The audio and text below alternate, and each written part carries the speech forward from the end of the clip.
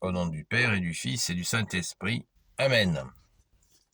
La paix de Jésus soit dans votre maison, sa paix et sa joie. Alléluia. Ô Jésus, c'est toi qui as les paroles de la vie éternelle. Amen. Vous savez qu'à cette période, eh bien, nous ne fêtons pas la fête de la musique, mais la fête de Saint Jean-Baptiste. L'Église fête la fête de Saint Jean-Baptiste à cette période. Donc nous allons écouter un texte de l'Évangile à ce sujet. Merci Jésus pour ta parole. Un ange annonce la naissance de Saint Jean-Baptiste. Saint Luc, chapitre 1, versets 5 à 17. Au temps d'Hérode, roi de Judée, vivait un prêtre du nom de Zacharie. Il était du clan d'Abias. Sa femme, qui s'appelait Élisabeth, était aussi de la descendance d'Aaron. Tous deux étaient justes au regard de Dieu, et mettaient scrupuleusement en pratique toutes les lois et toutes les ordonnances du Seigneur. Mais ils n'avaient pas d'enfants. Élisabeth était stérile et tous les deux étaient déjà très âgés. Or, pendant que Zacharie assurait avec son groupe le service de Dieu dans le temple, selon la règle établie pour les prêtres, il fut désigné par le sort pour entrer dans le sanctuaire du Seigneur et y faire brûler l'encens. Et quand ce fut l'heure d'offrir l'encens, toute la foule était en prière sur le parvis.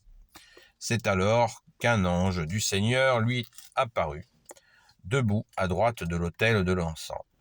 À sa vue, Zacharie se troubla, et la peur l'envahit.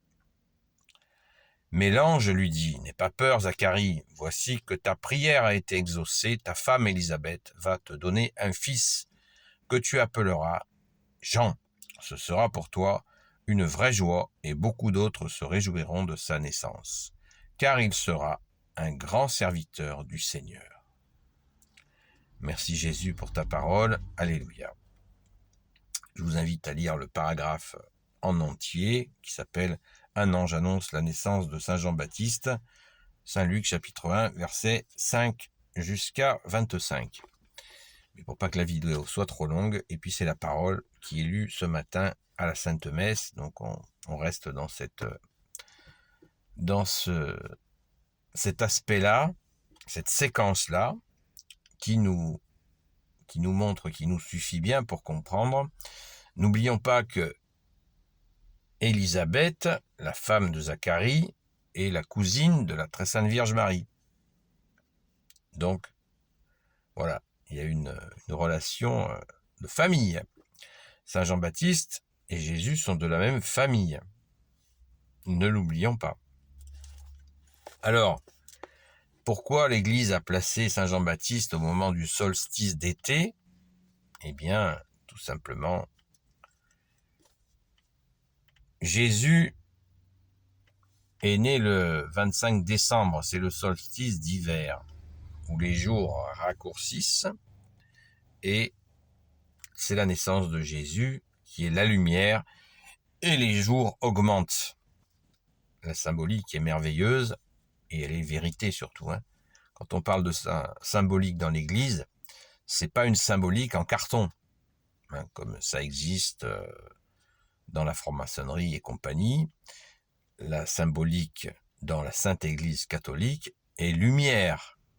Elle est lumière car c'est Jésus qui est la lumière, mais elle est tournée vers la lumière que tu es, Jésus. Elle n'est pas tournée vers Lucifer, pas confondre, qui est la fausse lumière.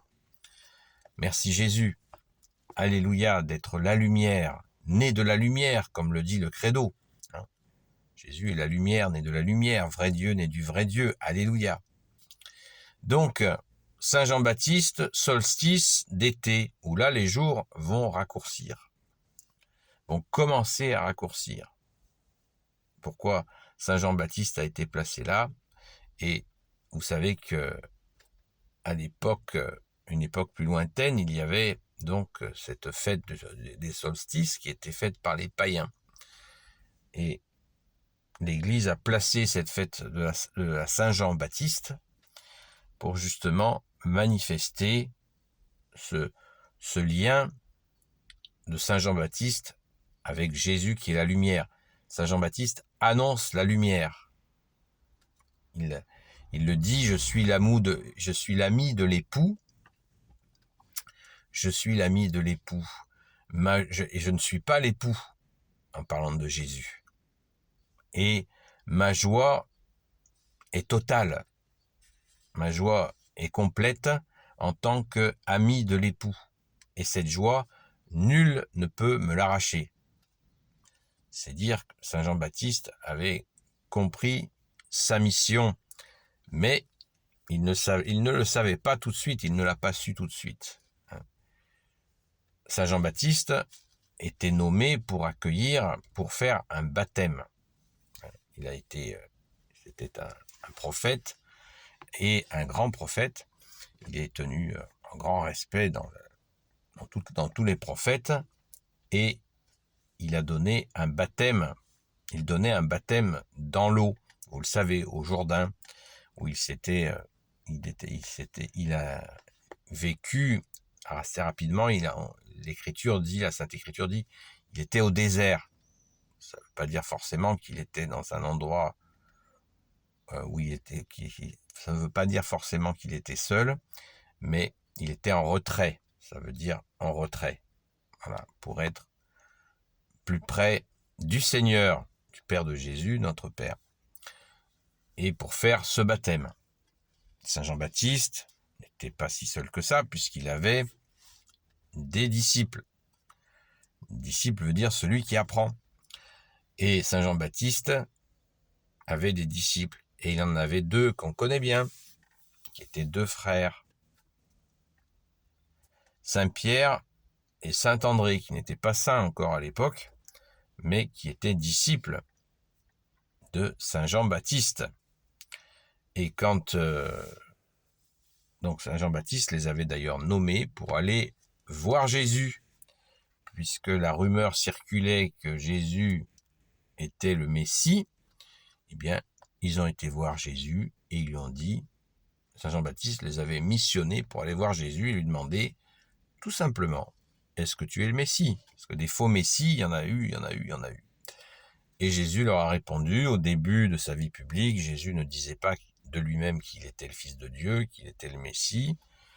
Il laissait les gens le deviner et il leur dit cette fameuse phrase, les aveugles voient, les sourds entendent, les muets parlent, les boiteux marchent, les morts ressuscitent. Et André et Pierre ont entendu le message et ont été rapporter l'information à Saint Jean-Baptiste. Donc là, ils ont cru.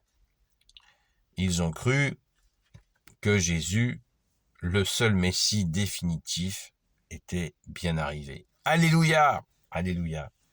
Merci Jésus. Merci Jésus d'être venu nous sauver. Car sans toi, nous étions condamnés aux ténèbres. Merci Jésus. Prends pitié de nous, bien-aimé Jésus. Donc, voilà, je ne vais pas vous raconter toute la vie de Saint Jean-Baptiste, mais pensons à le fêter dans notre cœur, car il a annoncé Jésus avec force, et vraiment, et d'ailleurs, il a payé de sa vie, et c'était vraiment une puissance. Saint Jean-Baptiste était vraiment très très aimé, et il a dit cette belle phrase qu'il n'était pas, je ne suis pas celui qui vient, et celui qui vient, je ne suis pas digne. Celui-là, je ne suis pas digne de délier la courroie de ses sandales. Une grande humilité, c'est chez Saint Jean-Baptiste. Merci Jésus, alléluia, merci grand Saint Jean-Baptiste. Béni soit le Père, le Fils et le Saint-Esprit. Amen. Merci à Jésus, Marie, Saint Joseph, Sainte Marie-Madeleine de vous bénir ainsi que vos proches. Et je vous dis à très vite.